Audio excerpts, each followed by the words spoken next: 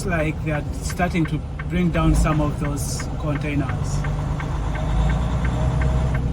Nice. It means we have more work.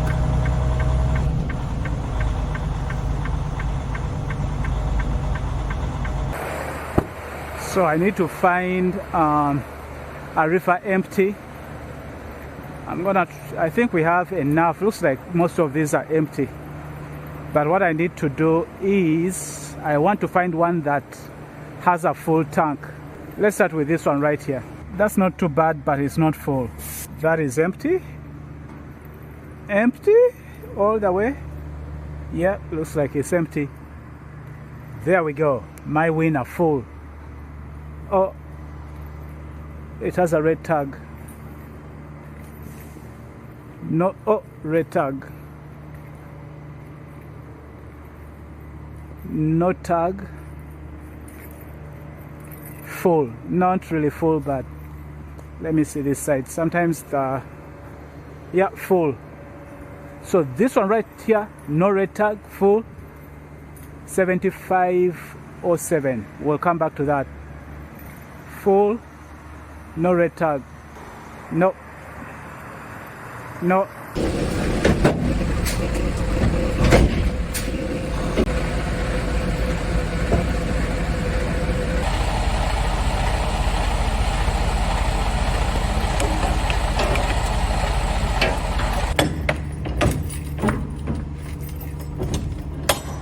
It's empty but kind of dirty. I got to sweep that stuff out. I have a broom. I'm gonna sweep that out.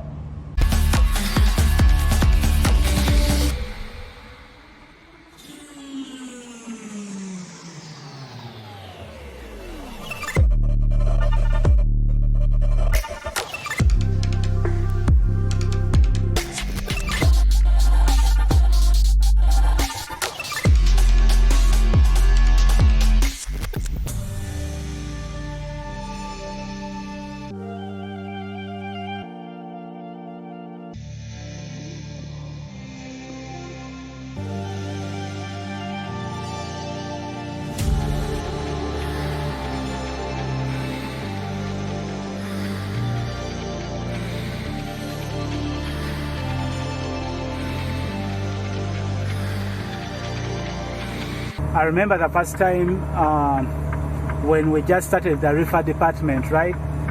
We only had a few reefer, like containers, but look at all this row. And on the other side, and look, there's some even there, and some at customers. That means our reefer department is really growing.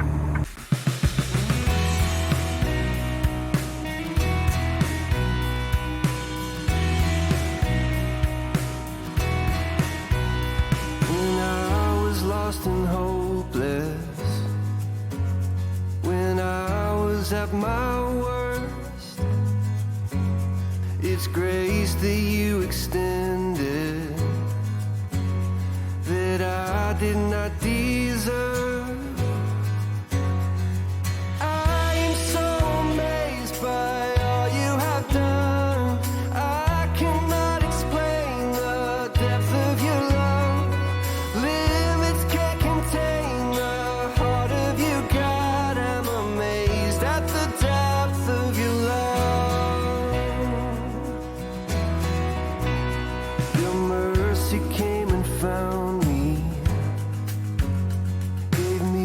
Second birth,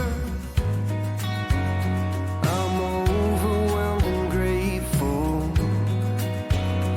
You took what I deserve.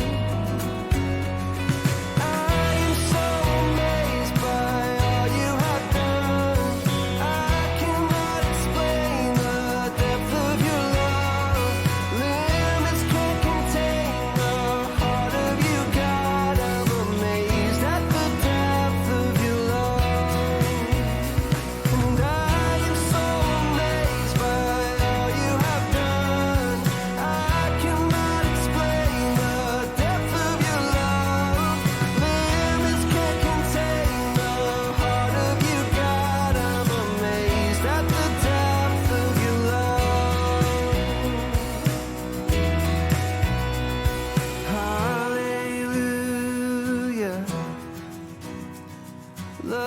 has made a way. Hallelujah. Forever I give thanks. Hallelujah. Love has made a way. Hallelujah. Yeah, forever I give thanks. Oh, and I am so amazed by all you have done. I cannot explain the depth of your love. Limits can't contain the heart of you, God. I'm amazed at the depth of your love. Oh, and I am so amazed by all you have done.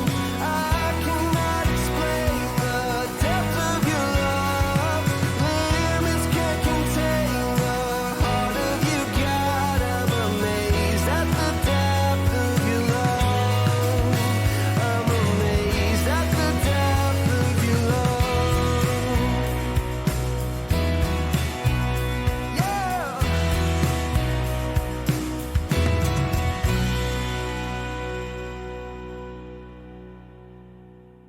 Stopped by here because I need to get myself a cup of tea and then also use the restroom. Thank you, sir. You're welcome.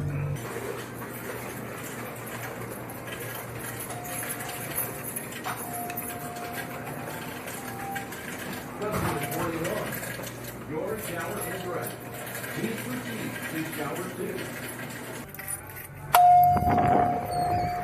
Okay, so I know it's kind of dark in here. I've put on the light, so hopefully that helps. And I know that the river is making a lot of noise, but I just wanted to share with you something and kind of give you some food for thought. Today I had an appointment.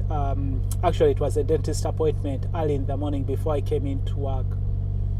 And so the lady that was working on me, she's like, "Oh, by the way, I forget what you do." And then I told her I am a truck driver, and she's like, "Oh yeah, you truck drivers are making a lot of money." I was thinking of telling my husband to quit he's a mechanic, to quit and go into truck driving. And we kind of were just joking and laughing about it. I didn't say actually anything about it. I just smiled. But I got to think about it immediately. She said that. And I'm like, it's funny she says that we make a lot of money. There are some truck drivers who probably would not agree with her. And then also, I don't know who told her that we make a lot of money. She was like, how far do you go? And I told her I stay within the DFW area. And she's like, oh, okay, because I know some guys go some good distance. I'm like, yeah, they do.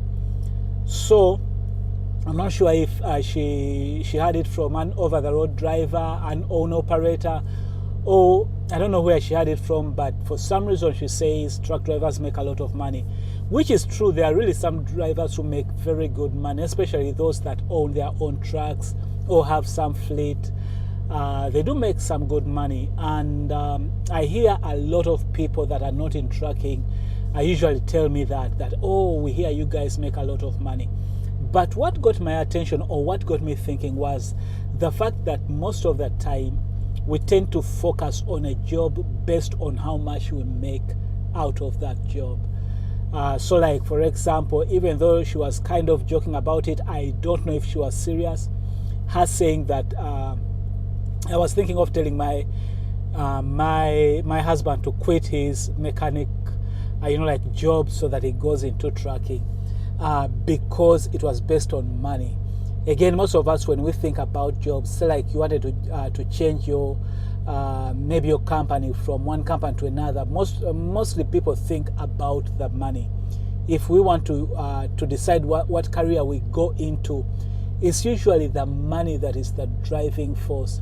There are very few people that think about it from the perspective of purpose.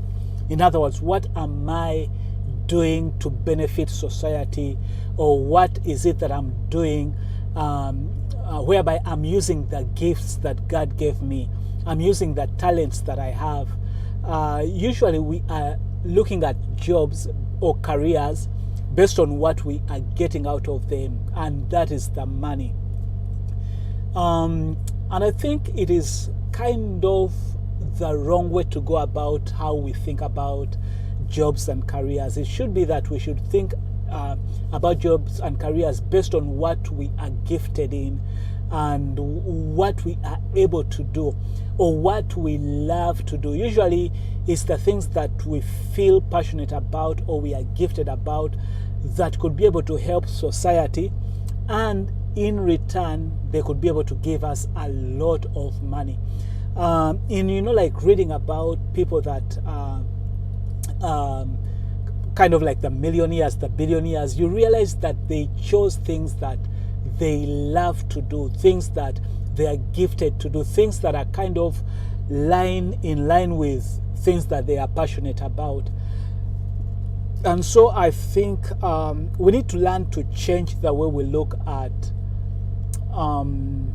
the things that we do, at the jobs that we do. We should be asking more about what is it that I am able to give as a contribution, using the gifts that I have, using the talents that I have, using the passion that I have.